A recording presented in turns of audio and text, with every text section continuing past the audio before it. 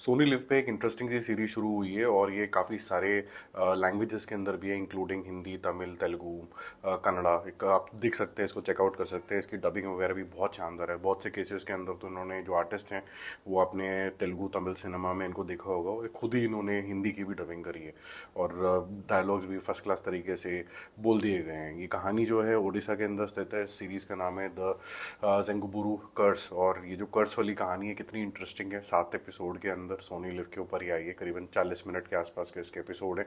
कितनी इंटरेस्टिंग है उसके बारे में डिस्कशन करते हैं।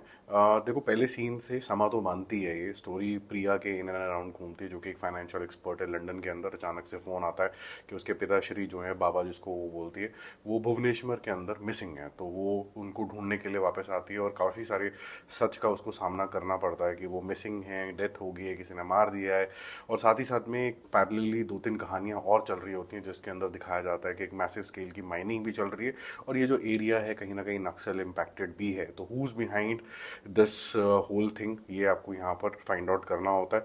और धीरे धीरे प्रिया क्या कुछ उजागर करती है, क्या कुछ उसको फाइंड आउट होता है, यहाँ पर आपको दिखाया जाता है। इसके पैरेलली जैसे मैंने आपको बताया कि बहुत सारी कहानियाँ चल रही हैं, कुछ कुछ चीज़ें ऐसी भी चल रही हैं जो आपको हमेशा टेंशन क्रिएट करके रखती हैं। जैसे कि जैसे इंट्रोडक्शन ही होता है सीरीज़ का, तो कुछ एज ओल्ड मान्यताएं भी बताई जाती हैं कि एक स्लीपिंग जाइंट स्नेक है जो अर्थ के ऊपर घूमा करता था, और क्योंकि अब सब इंसान आ गए हैं तो ये अर्थ के नीचे कहीं ना कहीं चला गया और सो रहा है, और अगर इसको जगा दिया गया तो शायद फिर कुछ ना कुछ प्रॉब्लम हो जाएगी अर्थ को। तो उसका रेफरेंस पॉइंट जो है इस सीरीज़ के अंदर किस तरीके से यूज़ होता है वो इंटरेस्टिंग है।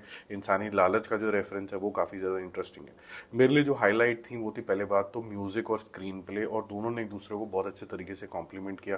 बहुत ही सस्पेंसफुल तरीके से चलती है और अब पहले सीन से ना कुछ टेंशन फील करने लग जाती हो। म्यूज़िक के अंदर भी लोगों का जिस तरीके से इंट्रोडक्शन होता है, आपको ऐसा लगता है कि कुछ छुपाया जा रहा है मेरे से, और जब छुपाया जा रहा है तो फिर आपकी क्यूरियोसिटी बढ़ जाती है कि मुझे बताओ। और सेम काम जो है वो कैमरा वर्क के अंदर भी आपको नज़र आता है। मेनी ए टाइम्स आपको ऐसा दिखता है जब भी कोई नया कैरेक्टर आ रहा है या फिर कोई नई चीज़ बतानी है, तो वो एक्शन होते हुए नज़र आएगा। जो इंसान उसको कर रहा है उसका फेस नहीं दिखाया जाएगा, तो वो जो कैमरा वर्क है ऐसे पूरा जाएगा, फिर एंड में हल्का सा दिखा दिया जाएगा। तो वो आपकी क्यूरियोसिटी बन जाती है, ये हो क्या रहा है, कौन कर रहा है इसको।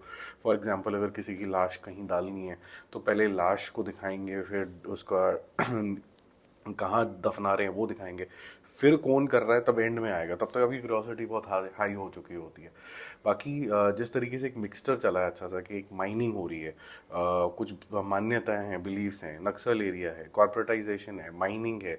और जैसे मैंने बताया कि ये जो लड़की प्रिया है ये खुद एक फाइनेंशियल एक्सपर्ट है लंदन के अंदर। वहाँ से क्या लिंकेज निकल आते हैं भुवनेश्वर के, और पॉलिटिक्स क्या है, और पर्सनल एंगल प्रिया का जो है वो भी एक ट्विस्टेड एंगल। तो काफ़ी सारी स्टोरीज इन पैरेलल चल रही होती है और धीरे धीरे धीरे धीरे धीरे धीरे करके स्नेक की तरह ही एक जगह जाके कल्मिनेट होती हैं और एक कुछ बड़ा चीज़ उजागर होने की कगार के ऊपर होती है।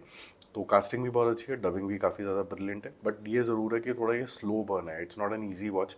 इसको इंटरेस्टिंग बनाने के लिए जैसे मैंने आपको बताया, कैमरा वर्क, स्क्रीन प्ले और म्यूज़िक का सहारा लिया गया। जिनको सस्पेंसफुल सीरीज़ पसंद है लेकिन not so thrilling, slow burn के लिए वो ओके, उनको ये काफ़ी ज़्यादा अच्छा लगेगा। दूसरा जो उसका टॉपिक है वो थोड़ा सा इस तरीके का टॉपिक है जो हर एक को आज की डेट के अंदर उसकी सीरियसनेस आज तक समझ में नहीं आती है। मैं उस टॉपिक को अभी आपको बताना नहीं चाहता हूँ। I don't want to reveal that, otherwise the plot will be revealed. लेकिन वो जो टॉपिक है जब आप देख लोगे तो आप बोलोगे कि ओके, इसके लिए तो ये जो सेंसिटिविटी है इस टॉपिक को लेके ग्लोबली बहुत आ चुकी है, इंडिया में अभी थोड़ी सी कम है। मैं इस सीरीज़ को दूंगा 8 आउट ऑफ 10। मेरे हिसाब से काफ़ी अच्छा स्लो बर्न था, धीरे धीरे मिस्ट्री अनवील हो रही थी। The only other irritating point थी कि sometimes it becomes too convenient for Priya. तो वो जासूसी के एंगल में चली जाती है, तो वो ठीक है, चलो थोड़ा बहुत क्रिएटिव लीप तो ले सकता है आदमी। Bye bye.